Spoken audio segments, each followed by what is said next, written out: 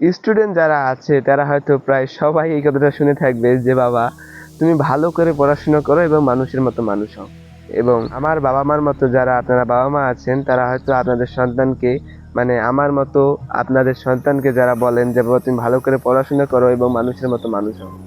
আপনারা ভাবেন যে এই পৃথিবীতে যদি কেউ magistrate, DC, SP, barrister, engineer এগুলো হতে পারলেই সে মানুষের মতো মানুষ হয়।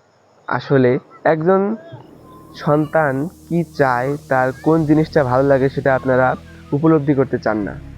আমাদের এক একজনের মস্তিষ্ক এক এক রকম এবং এক একজনের মনের ভালো লাগা এক এক রকম।